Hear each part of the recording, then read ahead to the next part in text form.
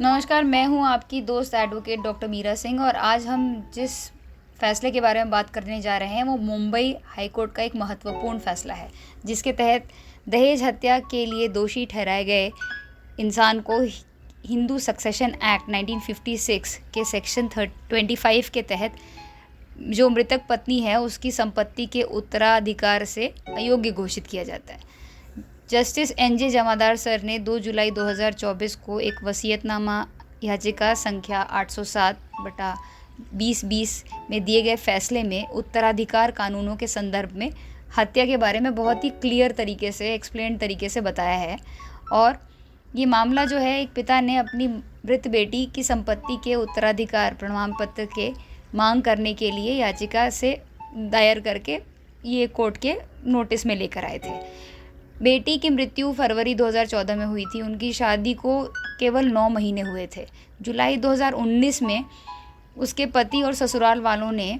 IPC की धारा 304 B के तहत दहेज हत्या के दोषी माना गया था उनको, और उन्हें कारावास की सज़ा सुनाई गई थी। अब जो ये पटिशनर है, पिता जो है, उन्होंने तर्क दिया कि पति और ससुराल वाले अपने दोषी सिद्धि के कारण मृतक की संपत्ति के उत्तराधिकार के अयोग्य हैं, उनको सक्सेसर नहीं माना जा सकता। हालांकि हाईकोर्ट के वसीयत विभाग ने आपत्ति जताते हुए कहा था कि सेक्शन 304 बी, जो कि दहेज हत्या का मामला होता है आईपीसी के तहत, दोषी ठहराए गए व्यक्ति को आईपीसी की धारा 302 में जो परिभाषा दी गई हत्यारे की, यानी मर्डरर की, उसके बराबर नहीं माना जा सकता। और इसीलिए हिंदू सक्सेशन एक्ट की सेक्शन 25 के तहत जो अयोग्यता की बात वो मृत लड़की के पिताजी ने जो कही थी, उसको लागू नहीं माना जा सकता, ऐसे करके उन्हें नकार दिया था उन लोगों ने। लेकिन जस्टिस जमादार साहब ने इस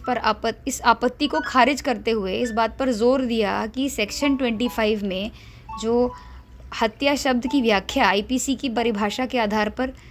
वो संकीर्ण रूप से नहीं की जानी चाहिए, मतलब उसको ना एकदम नैरो तरीके से डिफाइन नहीं करना चाहिए। तो क्या एग्जैक्टली हाईकोर्ट ने कहा कि जो हिंदू सक्सेशन एक्ट 1956 का सेक्शन 25 में शामिल अयोग्यता, जो कि पब्लिक पॉलिसी पर आधारित है कि कोई भी व्यक्ति जो उस व्यक्ति के मृत्यु का कारण बनता है, जिसकी संपत्ति वो विरासत में लेना चाहता है, उसे अपने स्वयं के अपराध कृत्य से लाभ उठाने की अनुमति नहीं दी जा सकती है। एक तो उसने जान से मारा और उसी जो मृतक आदमी है उसका वो संपत्ति भी हासिल करेगा, it will never be allowed.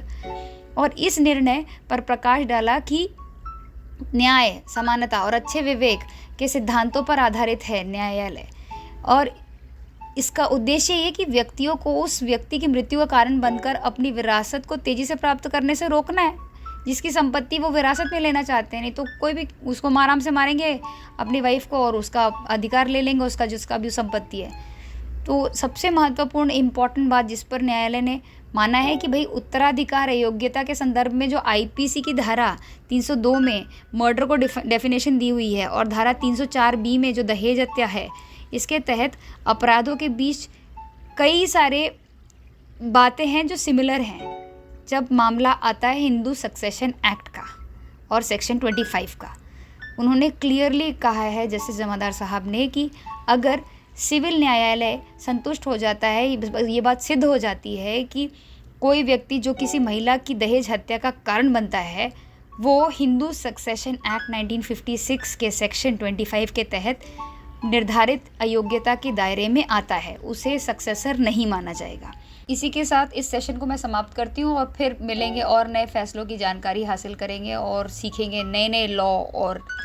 नए नए परिणामों के बारे में और इस्तेमाल करेंगे उसको अपने डे टू डे लाइफ में। All the best.